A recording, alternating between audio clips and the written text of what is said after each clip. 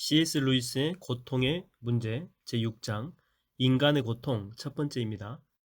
앞에서 보여드리고자 했듯이 고통의 가능성은 영혼들이 서로 마주치는 세계의 존재 그 자체에 이미 내재되어 있습니다.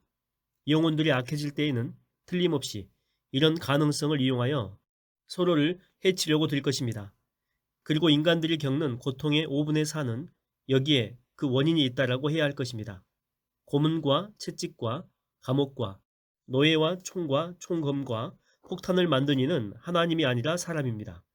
우리의 가난과 과로는 자연의 심술 때문에 생기는 것이 아니라 인간의 탐욕 내지는 어리석음 때문에 생기는 것입니다. 그럼에도 불구하고 우리 탓으로 돌릴 수 없는 고통 역시 여전히 많습니다. 우리는 설령 인간이 모든 고통을 만들어냈다 치더라도 그렇다면 왜 하나님은 이처럼 가장 못된 인간들이 동료들을 괴롭히는 경우를 그토록 엄청나게 많이 허용하시는 것이냐라고 질문할 수 있습니다. 앞장에서 말한 바 현재 우리 같은 모습을 가진 피조물에게 선이란 본질적으로 우리를 치료하며 바로잡아주는 선을 의미한다는 것은 이 질문에 충분한 답이 되지 못합니다. 모든 약에서 역겨운 맛이 나는 것은 아닙니다. 그러나 만약 모든 약에서 역겨운 맛이 난다면 그 자체가 불유쾌한 사실 중의 하나로서 우리는 왜 모든 약이 그런 맛을 내는지 알고 싶을 것입니다. 논의를 진전시키기에 앞서서 이 장에서 말했던 요점 한 가지를 짚고 넘어가야 되겠습니다. 거기에서 저는 일정 수준의 강도에 미치지 못하는 고통은 원망스러운 것이 아니라 오히려 반가운 것이 될 수 있다라고 말했습니다. 그때 나라면 그런 것을 고통이라고 부르지 않겠다라고 대꾸하고 싶은 마음이 들었을지도 모르겠는데 그것은 정당한 반응일 수 있습니다. 사실 고통이라는 단어는 다음과 같은 두 가지 구분되는 의미를 가지고 있습니다. A. 분화된 신경 섬유들을 통해서 전달되는 것으로 보이는 특정한 종류의 감각으로서 당사자가 좋아하든 싫어하든 인지되는 감각, 예를 들면 팔다리에 약간의 통증이 있을 경우 그 통증에 거부감이 느껴지지 않을 때에도 통증이 있다는 사실 자체는 인지할 수 있습니다. B. 육체적이든 정신적인 것이든 당사자가 싫어하는 모든 경험. A의 고통이 아주 낮은 수준에 머물러 있던 일정 강도를 넘어설 경우에는 모두 B의 고통이 되지만 B의 고통이 반드시 A의 고통이 되지는 않는다는 사실을 여러분도 눈치챘을 것입니다.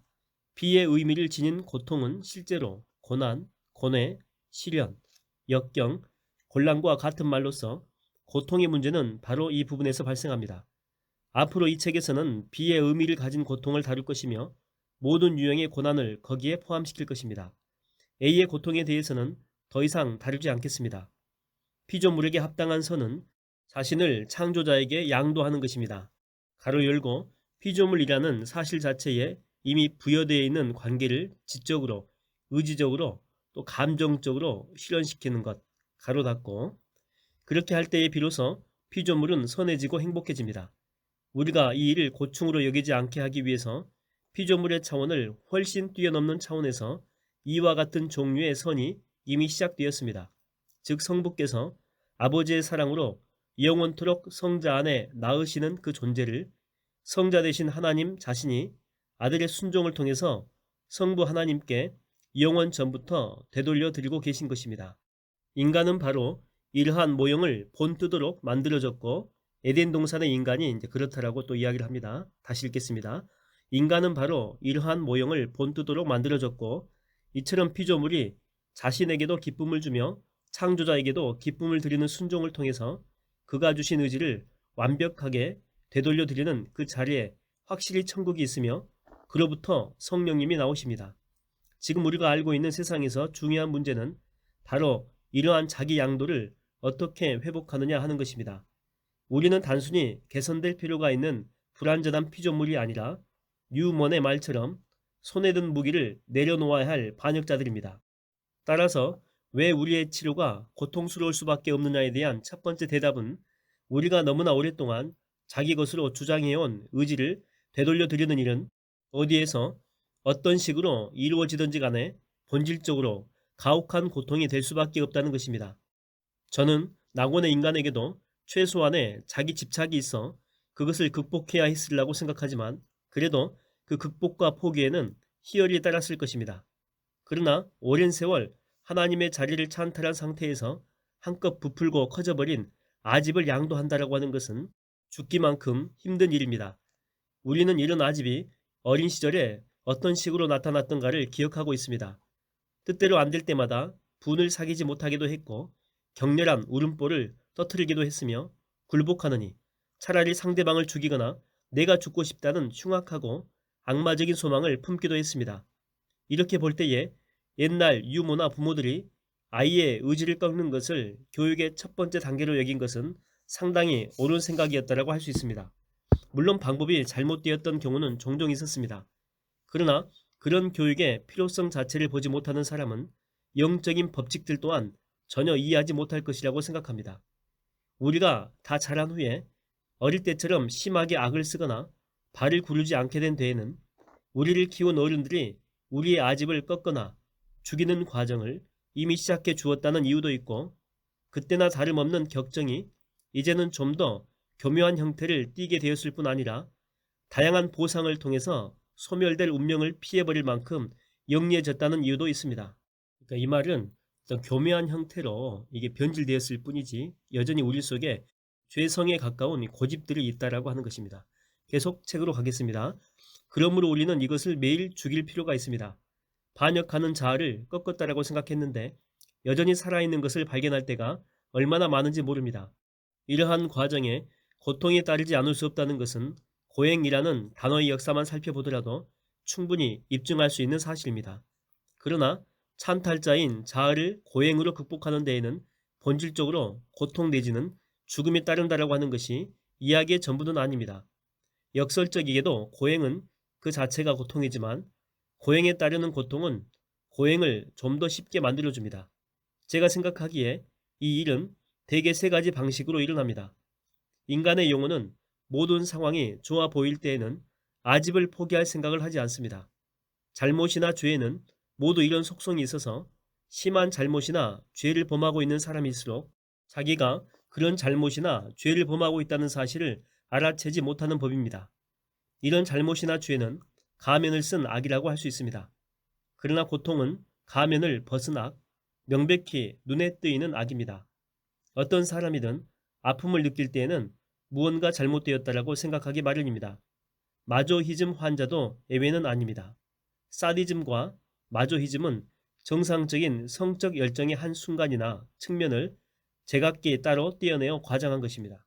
사디즘은 상대를 사로잡고 지배하는 측면을 과장함으로써 성 도착자로 하여금 연인을 학대해야만 성적인 만족감을 느끼는 지점까지 이르게 합니다.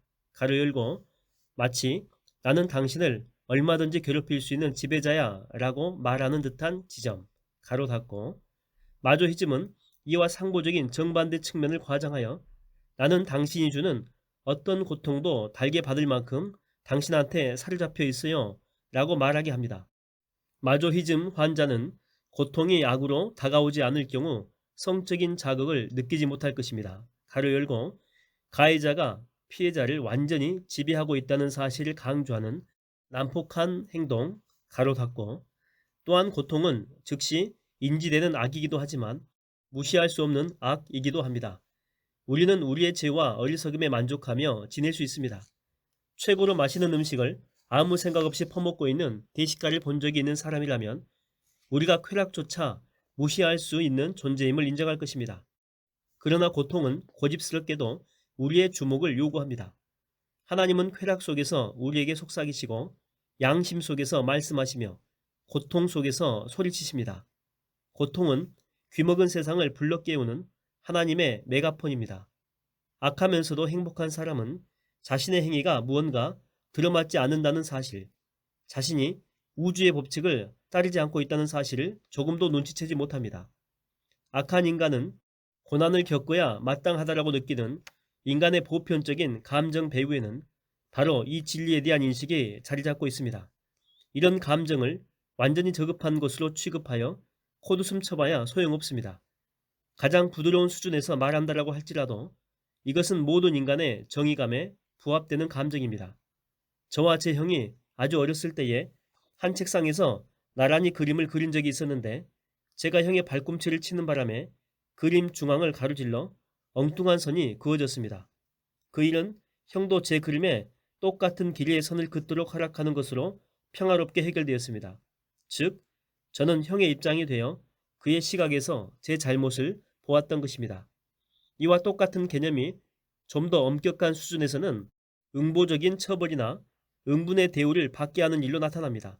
몇몇 계몽된 사람들은 자신들의 처벌 이론에서 응보나 응분이라는 개념을 밀어낸 채 범죄를 방지하며 범죄자를 교정하는 것에서만 처벌의 전적인 가치를 찾았습니다.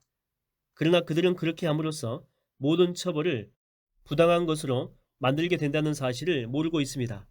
내가 받아야 할 응분의 처벌이 아닌데도 다른 사람의 범죄를 억제하기 위해서 나에게 고통을 가한다면 그보다도 더 부도덕한 일이 어디 있겠습니까? 반면에 그 처벌이 정말 응분의 것임을 인정한다면 응보의 정당함 또한 인정하는 셈이 됩니다. 내가 받아야 할 응분의 처벌이 아닌데도 나의 동의 없이 나를 잡아 도덕적인 개선이라고 하는 불쾌한 과정에 억지로 집어넣는다면 그보다 더 괘씸한 일이 어디 있겠습니까? 세 번째 수준으로 우리에게는 보복의 열망, 복수하려고 하는 갈망이죠. 이런 보복의 열망이 있습니다. 이것은 물론 악으로서 그리스도인들에게는 명확히 금지되어 있습니다. 그러나 사디즘과 마조이즘에 대해서 이야기할 때 이미 드러났다라고 생각되는 바 인간 본성 가운데 가장 추한 것들은 곧 좋은 것이나 순수한 것들이 왜곡된 형태입니다. 보복의 열망으로 왜곡되기 전에 좋은 것은 무엇인가는 복수심에 대한 홉스의 정의, 즉 상대방에게 해를 가함으로써 그가 저지른 일을 스스로 정죄하게 만들려는 욕망이라는 말에 놀랄 만큼 명쾌하게 나타나 있습니다. 여기서 말하고자 하는 것은 복수라고 하는 그 자체도 원래 선한 의도와 어떤 동기적인 부분이 있다라고 하는 거죠. 근데 이 복수 자체가 왜곡되어 있기 때문에 나쁜 방향으로만 가는 것이지 복수라고 하는 것 자체가 왜곡되기 전에는 좋은 면도 있다라고 하는 것입니다. 계속 책으로 가겠습니다. 복수할 때에는 수단에 집착하느라 목적을 보지 못하기 쉽지만 원래 복수의 목적은 마냥 나쁘기만 한 것이 아닙니다. 복수가 원하는 것은 악한 자가 다른 모든 사람의 눈으로 자기의 악을 보게 되는 것입니다. 복수자는 죄인이 단순히 고통받기만을 바라는 것이 아니라 바로 자기 손에 고통받기를 바라며 그 죄인도 이런 사실을 알고 그 이유 또한 알기를 바란다는 점은 이런 사실을 입증해 줍니다. 그래서 복수하는 순간에 죄인의 범죄를 두고 조롱하고 싶은 충동도 생기는 것이고 본인도 이런 일을 당하면 좋아하련지 알고 싶군이라든지 이런 기분이 어떤 건지 그 작자에게 가르쳐 줄 테다 라는 당연한 표현도 쓰게 되는 것입니다. 어떤 사람을 욕하려고 할 때에 우리가 그 인간에 대해서 어떻게 생각하고 있는지 알려주겠어 라고 말하는 이유도 똑같습니다. 우리 선조들이 고통과 슬픔을 가리켜 죄에 대한 하나님의 보복이라고 했다라고 해서 하나님이 우리에게 꼭 악한 감정을 가지고 있다라고 생각했던 것은 아닙니다. 그들은 아마도 응보의 개념에 선한 요소가 있다는 점을 인지하고 있었을 것입니다. 악인은 악이 고통의 형태를 띠고 자기 눈앞에 명백히 나타나기 전까지는 환상에서 벗어나지 못하는 법입니다. 그러나 일단 고통을 통해서 깨어나고 나면 자신이 이런저런 식으로 실제 우주와 대치하고 있다는 사실을 깨닫게 되지요. 그는 그 사실 앞에 반항할 수도 있고 조정을 시도하다가 결국 종교로 인도될 수도 있습니다. 하나님의 존재를 더 광범위하게 인정했던 시대와 비교할 때 오늘날 이 두 가지 효과 중에 어느 쪽도 확실히 나타나지 않고 있는 것이 사실이지만 그래도 고통은 여전히 효과를 발휘하고 있습니다. 하디와 하우스먼 같은 무신론자들조차 자신들의 관점에 따르자면 하나님이 존재하지 않음에도 불구하고 그에게 반항하며 분노를 표출합니다. 또 헉슬리 같은 무신론자들은 고난을 통해서 실존의 문제 전체를 제기하고 그 문제와 타협할 방법, 기독교적인 방법은 아니지만 세속적인 삶에 멍청이 안주하는 것보다는 한결 월등한 방법을 찾았습니다. 하나님의 메가폰으로서 고통이 혹독한 도구라는 데에는 의심의 여지가 없습니다. 또 고통은 끝까지 회개하지 않는 반항으로 연결될 수도 있습니다. 그러나 이 고통이라고 하는 것은 회심할 수 있는 유일한 기회를 악인에게 제공해 줍니다. 고통은 베일을 벗깁니다. 고통은 반항하는 영혼의 요새 안에 진실의 깃발을 꽂습니다. 만사가 잘 돌아가고 있다는 환상을 깨트리는 것이 고통의 효력 중에 가장 낮은 단계에 해당하는 첫 번째 효력이라면, 두 번째 효력은 지금 우리가 가진 것은 본질적으로 좋은 것이든 나쁜 것이든 간에 전부 우리 것이며 그 이상은 필요치 않다는 환상을 깨트리는 것입니다. 고통의 두 번째 효력은 나는 내 안에 충분히 필요한 모든 것들을 갖추고 있기 때문에 더 이상 아무것도 필요치 않다라고 하는 그 환상을, 이 고통이 바로 깨는 역할을 해준다라고 하는 그런 내용입니다. 으로 가겠습니다. 원하는 모든 것이 다 있다라고 하는 말은 그 모든 것 안에 하나님이 포함되어 있지 않을 때 그야말로 무서운 말이 되어버립니다. 그 경우에 하나님은 우리에게 방해거리로 등장합니다. 성 아우구스티누스가 어디에선가 말했듯이 하나님은 우리에게 무언가를 주고자 하시지만 우리 손이 꽉 차 있기 때문에 주지 못하십니다. 또는 제 친구 한 사람의 말처럼 우리는 비행기 조종사가 낙하산을 대하듯 하나님을 대합니다. 위기 상황에 대비해서 마련해 두긴 하겠지만 그것을 사용해야 할 기회는 오지 않기를 바랍니다. 우리를 만드신 하나님은 우리의 본질을 아시며 우리의 행복이 바로 그분 안에 있음을 아십니다. 그러나 하나님이 행복을 찾을 만하게 보이는 곳을 단 한 군데만 남겨두셔도 우리는 그분 안에서 행복을 찾으려 들지 않습니다. 우리는 이른바 나의 삶이 즐겁게 느껴질 동안에는 그 삶을 하나님께 양도하려고 들지 않습니다. 그러니 나의 삶을 덜 즐겁게 만들고 그럴듯해 보이는 거짓된 행복의 원천을 빼앗는 것 외에 우리의 유익을 위해서 하실 수 있는 일이 무엇이 있겠습니까? 바로 이 자리, 처음에는 하나님의 섭리가 잔인하게 짝이 없어 보이는 이 자리야말로 하나님의 겸손함과 지고한 분의 낮아짐을 찬양해 맞이 않아야 할 자리입니다. 우리는 존경스럽고 악의가 없으며 훌륭한 사람들, 예를 들면 열심히 일하는 유능한 주부, 부지런하며 검소한 소상인, 소박한 행복을 쌓기 위해서 너무도 열심히 또 정직하게 일해왔고 이제 충분한 자격으로 그 행복을 즐기기 시작한 사람들, 이런 사람들에게 불행이 닥치는 것을 볼 때에 당혹감을 느끼게 됩니다. 자, 이제부터 해야 할 말을 어떻게 하면 최대한 부드럽게 전달할 수 있을까요? 적대적인 독자들은 지금부터 설명하고자 하는 모든 고난을 제가 개인적으로 책임져야 할 것처럼 생각하리라는 것을 알지만, 예를 들면 오늘날까지도 사람들이 성 아우구스티누스는 세례받지 못한 유아들이 지옥에 가길 원했다라는 식으로 말하는 것과 똑같이 그런 오해를 받는 것이 그리 중요한 문제는 아닙니다. 성 아우구스티누스가 이렇게 이야기했다라고 하는 이런 오해를 받았다라고 하는 거죠. 그러나 제가 만약에 한 사람이라도 진리에서 소외시키게 된다면 그것은 엄청나게 중요한 문제가 되지 않을 수 없습니다. 독자 여러분에게 부탁하건대 이처럼 행복을 누릴 가치가 있는 사람들을 만드신 하나님께서 아무리 그들이 소박한 성공을 거두고 그 자녀들이 행복을 누린다라고 할지라도 그것만으로 복된 존재가 될 수는 없다라고 생각하시는 것이 참으로 옳은 일일 수 있음을 잠시 동안만이라도 믿어보시기 바랍니다. 즉, 이 모든 성공이나 행복은 결국 그들에게서 떨어져 나갈 수밖에 없으며 하나님 알기를 배우지 못하는 한 그들은 비참해질 수밖에 없음을 믿어보라고 하는 것입니다. 그렇기 때문에 하나님은 그들에게 어려움을 주심으로써 언젠가는 그들 스스로 발견해야 할 부족함에 대해서 미리 경고해 주시는 것입니다. 그들과 그들의 가족은 현재 누리고 있는 삶 때문에 자신들의 필요를 깨닫지 못합니다. 그래서 하나님이 그 삶을 덜 달콤하게 만드시는 것입니다. 저는 이것을 하나님의 겸손이라고 부르는데, 왜냐하면 배가 이미 가라앉고 있는 상황에서 하나님께 뱉기를 드는 것은 궁색한 일이기 때문입니다. 최후의 수단으로 어쩔 수 없이 하나님께 나아가는 것, 더 이상 지닐 가치가 없어졌을 때 비로소 자기 것을 바치는 것은 궁색한 일입니다. 하나님이 교만한 분이시라면 그런 조건에서는 우리를 받아주지 않으실 것입니다.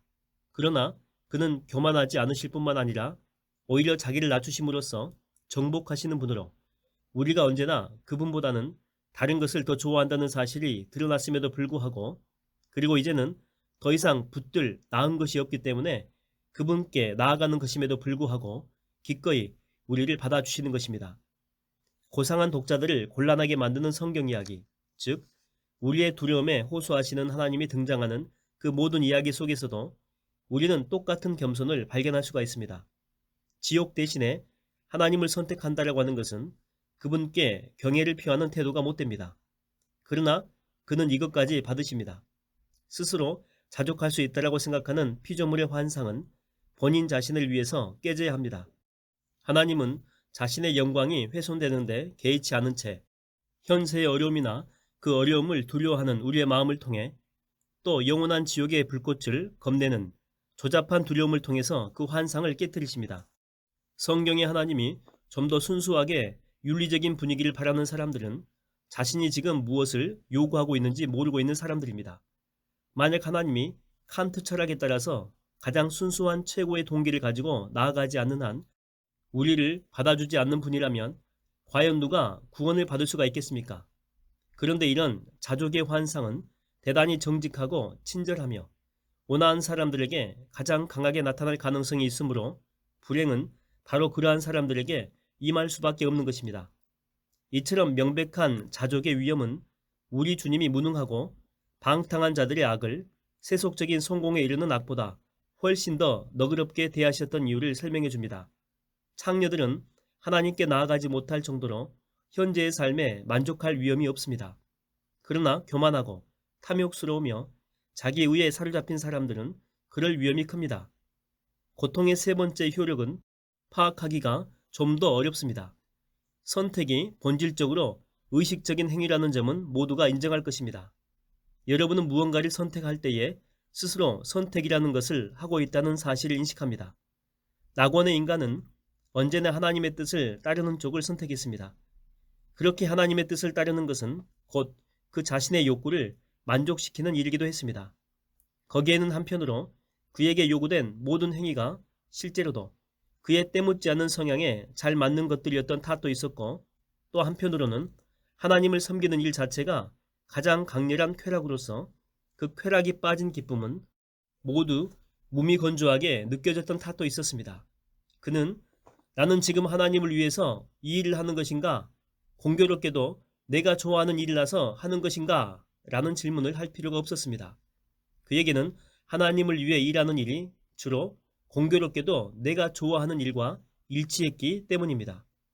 이처럼 하나님을 지향하던 그의 의지가 마치 잘 길들여진 말에 올라타듯이 행복에 올라탔던 반면, 오늘날 우리의 의지는 행복한 순간이 올 때에 마치 급류에 휩쓸린 배에 탄 것처럼 그 행복을 타고 흘러가 버립니다.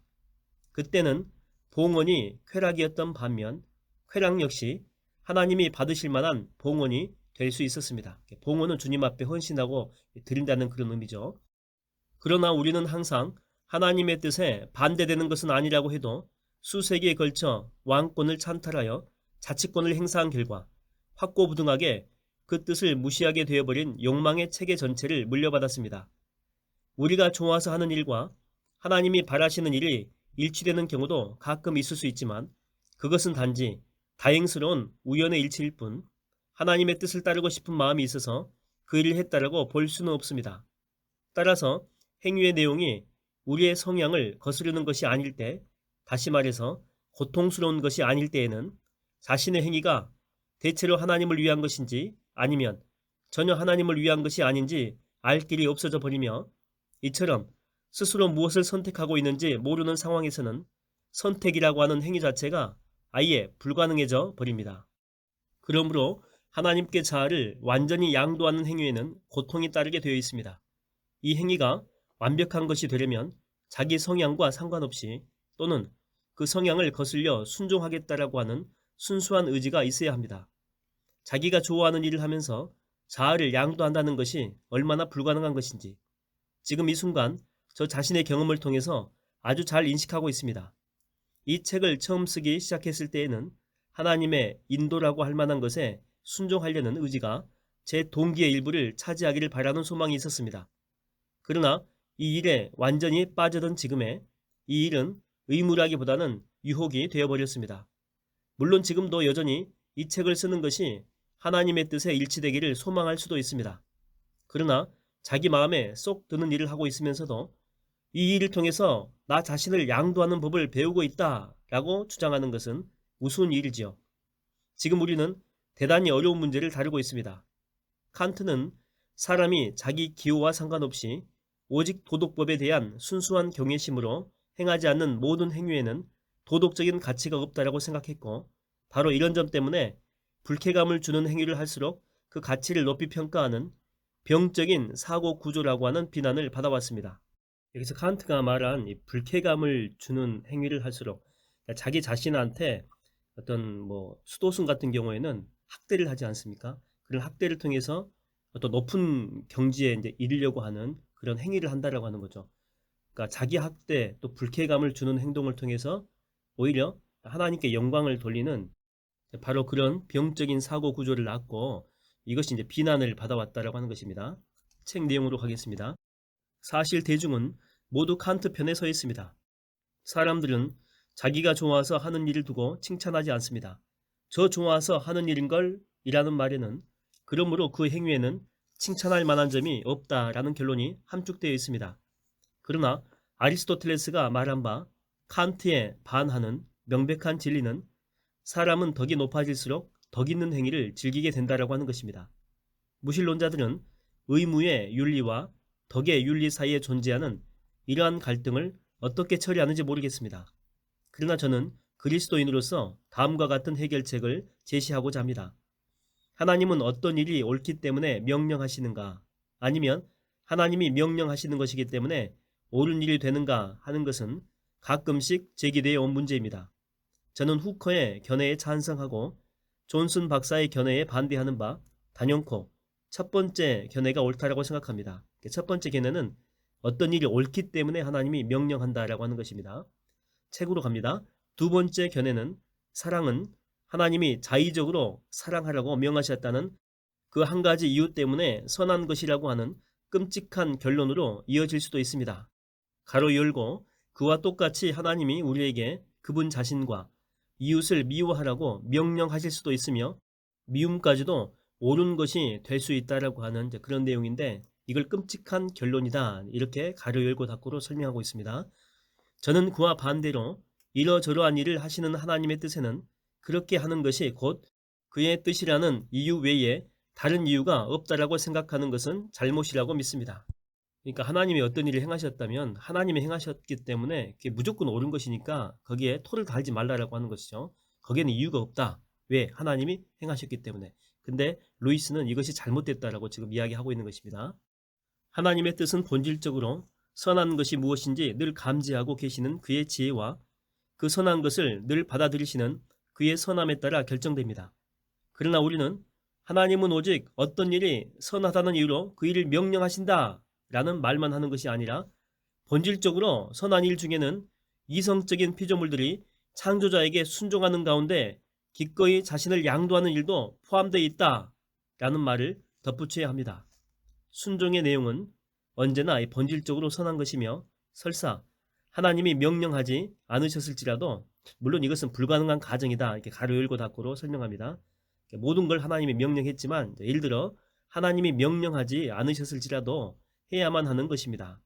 그러나 순종의 내용뿐 아니라 순종하는 행위 그 자체도 본질적으로 선합니다. 이성적인 피조물은 창조자에게 순종함으로써 피조물 본연의 역할을 의식적으로 수행하며 우리를 타락시킨 행위를 뒤엎고 아담이 추었던 춤을 역으로 밟아감으로써 원래 상태로 되돌아가기 때문입니다. 그러므로 우리는 본질적으로 옳은 일은 당연히 기분 좋은 것으로서 사람은 선해지면 선해질수록 옳은 일을 더 좋아하게 된다라고 하는 아리스토텔레스의 생각에 동의합니다. 그러나 불쾌감을 느끼지 않는 한 타락한 피조물이 최대한 의지를 발휘하여 행할 마음을 먹지 않는 옳은 행위가 한 가지 있는데, 그것은 곧 자기 양도의 행위이다 라는 점에서만큼은 칸트의 생각에 동의합니다. 우리는 이에 덧붙여 이 한 가지 옳은 행위에는 다른 의의가 전부 포함되어 있으며 어떤 욕망에 도움 없이 순전히 의지의 힘으로 순종해야 할 상황에 처한 피조물이 자기 본성에 어긋나는 이 일을 받아들일 때, 오직 한 가지 동기밖에 있을 수 없는 이 일을 행할 때 비로소 아담의 타락을 최대한 상쇄시킬 수 있으며 멀리 떠나온 낙원을 향해서 전 속력 후진을 감행할 수 있고 그 오래된 견고한 매듭을 풀어낼 수 있다는 점을 지적해야 합니다. 루이스가 원래 칸트가 아까 이야기했던 불쾌감을 느낄 정도의 자기 자신에 대해서 불편함을 느낄 정도의 어떤 도덕을 추구하는 이상으로 나아갈 때야만이 가치를 높이 평가받는 그런 거에 대해서 반대를 했거든요. 근데 오직 한 가지, 자기 자신을 부인하는 거죠. 외면하는 것. 자기 자신을 온전히 주님께 다시 양도하는 이 부분에서만큼은 양도 자체가 불편하고 불유쾌한 그런 경험임에도 불구하고 이 부분에서만큼은 칸트의 그 생각에 이제 동의한다, 그런 내용입니다. 책으로 가겠습니다. 이러한 행위는 피조물에게 정말 하나님께 돌아가려는 마음이 있는지 여부를 알아보려는 일종의 테스트, 시험이라고 할 수 있습니다. 그래서 선조들은 하나님이 우리를 시험하시려고 어려움을 주셨다라고 말했던 것입니다. 이삭을 제물로 바치라는 명령을 받았던 아브라함의 시험은 그 친숙한 예입니다. 지금 저의 관심은 그 이야기의 역사성이나 도덕성에 있지 않습니다. 저의 관심은 하나님이 전지하시다면 그런 실험을 하지 않아도 아브라함이 어떻게 행동할 것인지 미리 알고 계셨을 텐데 왜 굳이 이런 불필요한 괴로움을 주셨는가? 라는 명백한 질문에 있습니다.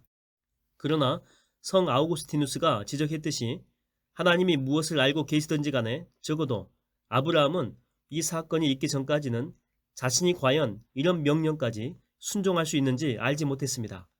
이처럼 아브라함 자신이 스스로 순종하는 편을 선택하게 될 것을 모르고 있었다면 우리는 그가 의도적으로 순종하는 편을 선택했다라고 말할 수 없습니다. 아브라함이 행한 순종의 실체는 순종의 행위 그 자체에 있습니다. 그리고 아브라함이 순종할 것이라고 하는 사실을 하나님이 아셨다라고 하는 것은 아브라함이 그때 그 산 꼭대기에서 실제로 순종의 행위를 했다는 뜻입니다.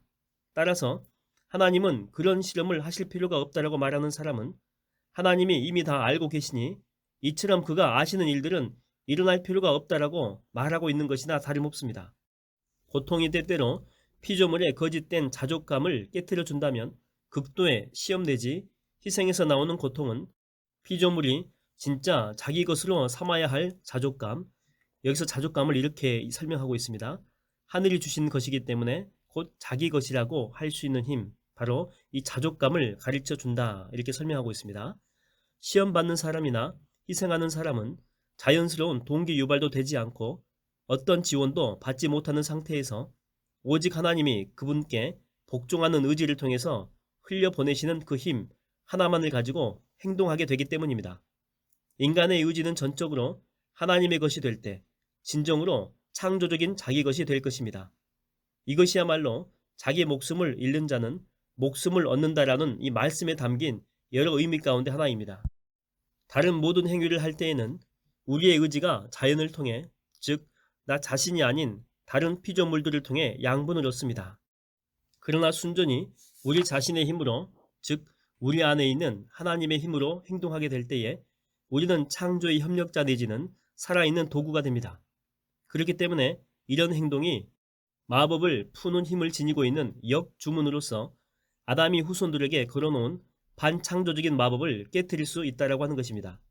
따라서 자살이 스토아 정신의 전형적인 표현이고 전투가 전사가 지니고 있는 정신의 전형적인 표현이듯이 순교는 변함없는 기독교 정신 최고의 실현이자 완덕입니다.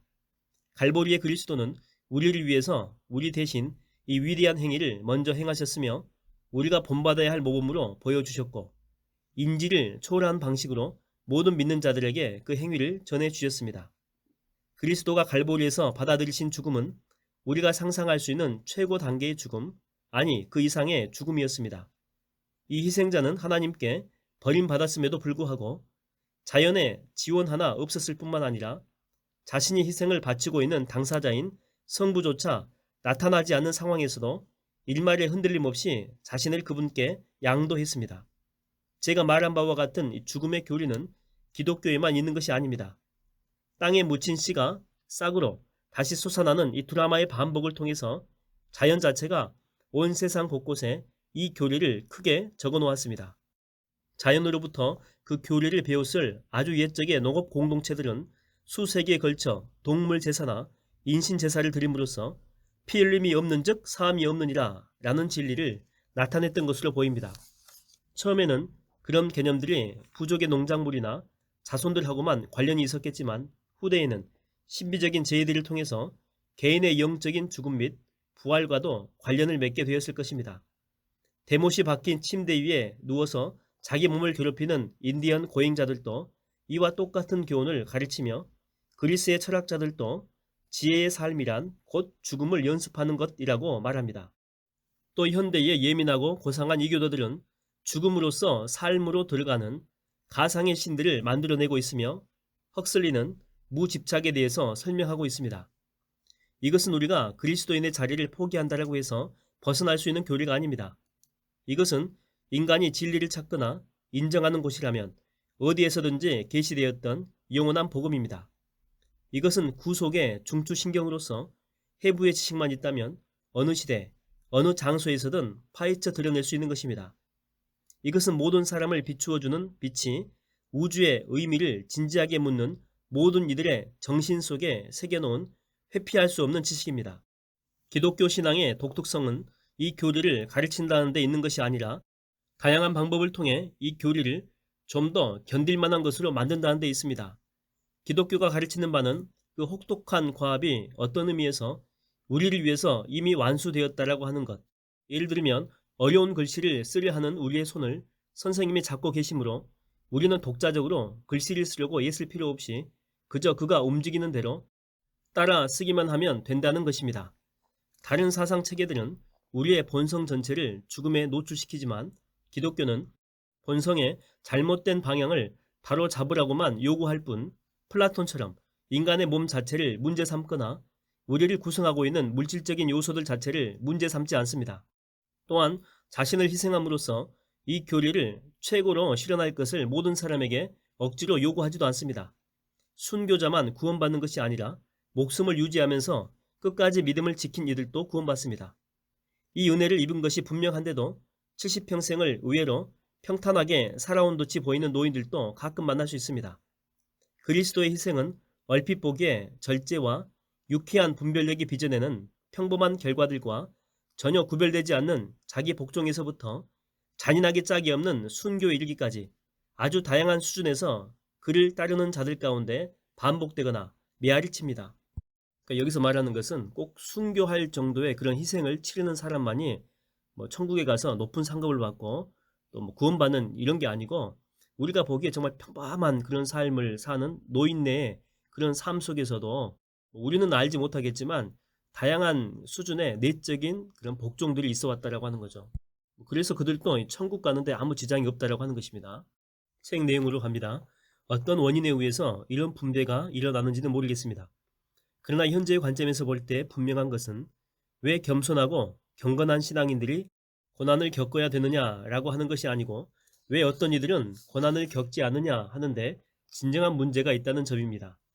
우리는 이 세상에서 행운을 누리는 자들의 구원 문제에 관해서 주님 또한 하나님의 헤아릴 길 없는 전능하심을 언급하는 것으로 설명을 끝냈다는 사실을 기억해야 할 것입니다. 고난을 정당화하기 위해서 논쟁하는 사람은 격한 분노를 사게 마련입니다. 여러분은 제가 고통에 대해서 글을 쓸 때가 아니라 직접 고통을 겪을 때 어떻게 행동하는지 알고 싶겠지요. 여러분이 추측할 필요가 없도록 제가 직접 말씀드리겠습니다. 저는 엄청난 겁쟁이입니다. 하지만 이런 사실을 말하는 것이 무슨 도움이 되겠습니까? 저는 고통, 예를 들면 불처럼 끊임없이 마음을 태우는 염려와 사막처럼 막막하게 펼쳐지는 외로움, 단조로운 불행이 반복되는 지루한 일상, 눈앞을 암울하게 뒤덮는 둔중한 통증과 느닷없이 찾아와서 단번에 마음을 무너뜨리는 진저리 나는 고통, 그렇지 않아도 참기 힘든데 어느 한순간 갑자기 증폭해버리는 고통, 이전에 겪은 괴로움으로 반쯤 죽어있던 사람을 전갈처럼 쏘아 미친 듯이 날뛰게 뛰는 이 고통, 이런 것들에 대해서 생각할 때에 완전히 기가 질려버립니다. 아마 피할 길만 있다면 하수구 밑이라도 기어 내려갈 것입니다. 그러나 이런 저의 감정에 대해서 이야기하는 것이 무슨 유익이 있겠습니까? 이것은 여러분도 익히 다 알고 있는 감정입니다. 여러분도 고통에 대해서 이와 똑같은 감정을 느낄 것입니다. 지금 저는 고통이 고통스럽지 않다라고 주장하는 것이 아닙니다. 고통은 아픕니다. 그것이 바로 이 단어가 의미하는 바입니다.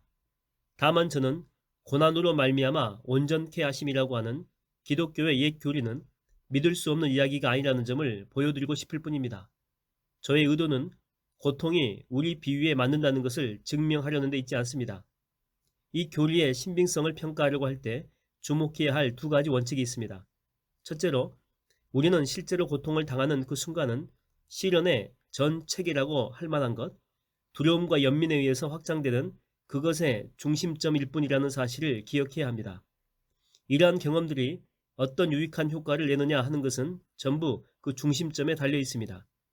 따라서 설령 고통 그 자체에는 영적인 가치가 없다라고 해도 두려움과 연민에 영적인 가치가 있다면 그런 두려움과 연민을 불러일으키는 것이 있어야 한다는 이유만으로도 고통은 존재해야 할 것입니다.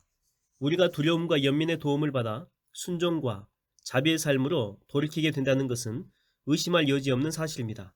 사랑스럽지 못한 사람을 사랑하는 일, 즉 원래 어떤 식으로든 우리 취향에 맞는 사람들이어서 사랑하는 것이 아니라 단지 우리의 형제이기 때문에 사랑하는 일을 좀 더 쉽게 만들어주는 연민의 효과를 누구나 경험해 보았을 것입니다.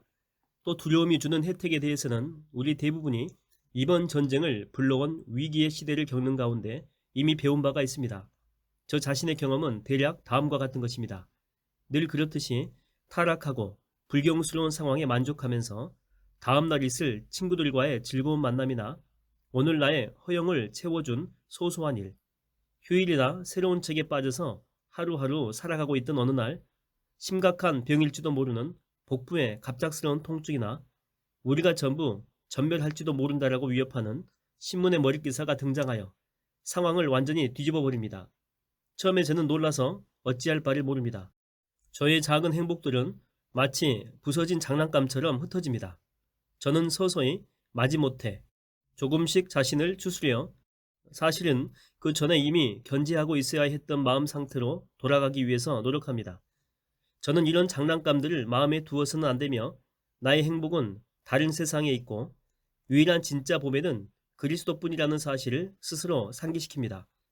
그리고 하나님의 은혜로 성공을 거두게 되면 하루나 이틀 정도는 그를 의식적으로 의지하며 올바른 원천에서 힘을 끌어오는 피조물로 삽니다.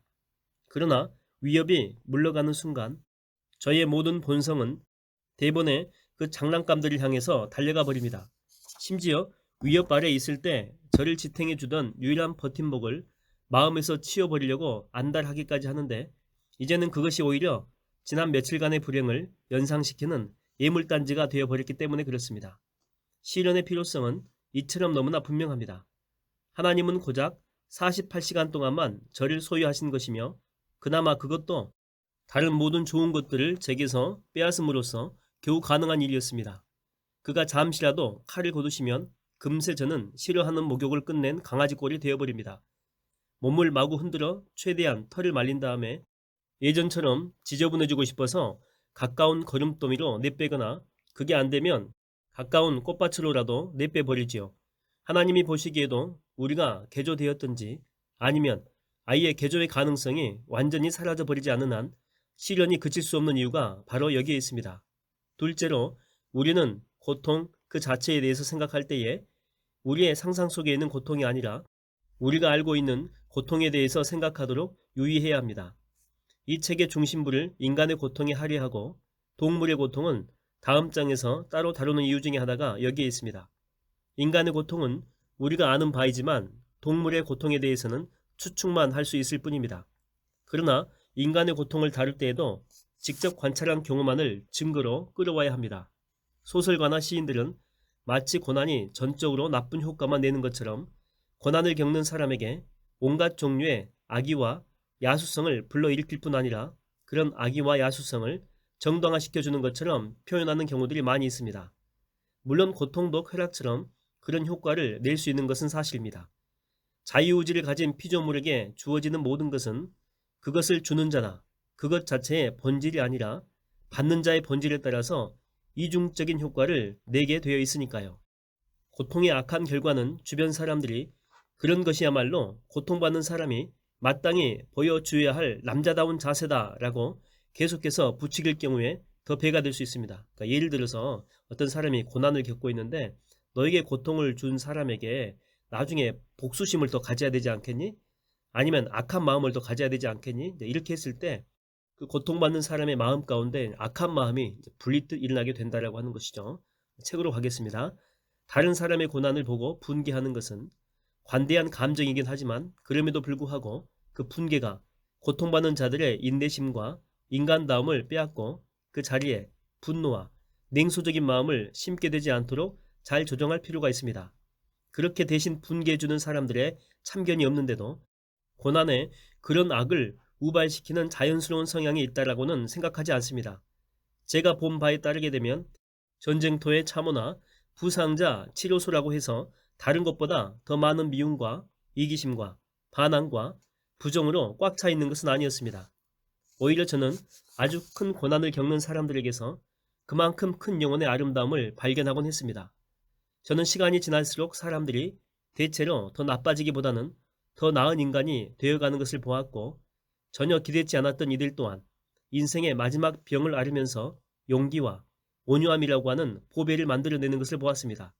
저는 존슨이나 쿠퍼처럼 존경받고 사랑받는 역사적인 인물들에게서도 만약 그들이 좀 더 평탄하게 살았더라면 참을 수 없는 단점이 되었을 특징들을 발견합니다. 세상이 정말 영혼을 만드는 골짜기라면 세상은 대체로 그 역할을 잘 감당하고 있는 것 같습니다. 가난에 대해서는 감히 제 경험을 가지고 이야기하지 않겠습니다. 기독교를 거부하는 사람들은 가난이 복되다는 그리스도의 말씀에 감동받지 않을 것입니다. 그러나 저를 편들어줄 상당히 주목할 만한 사실이 한 가지 있습니다. 기독교를 단순한 인민의 아편으로 무시하며 거부하는 이들은 부자들, 즉 가난한 자들을 제외한 모든 인간을 경멸합니다. 그들은 가난한 자들이야말로 일소하지 않고 보존할 만한 유일한 사람들이라고 생각하며 그들에게서 인류의 유일한 희망을 찾습니다. 그러나 이것은 가난이 전적으로 악한 영향을 끼친다라고 하는 믿음과 상반되는 태도로서 더 나아가 가난은 좋은 것이라고 하는 암시까지 들어있는 태도입니다. 결국에 마르크스주의자들은 기독교가 역설적으로 요구하고 있는 두 가지 믿음, 즉 가난은 복된 것인 것과 동시에 청산되어야 할 믿음이라고 하는 것, 여기에 사실상 동의하고 있는 셈입니다.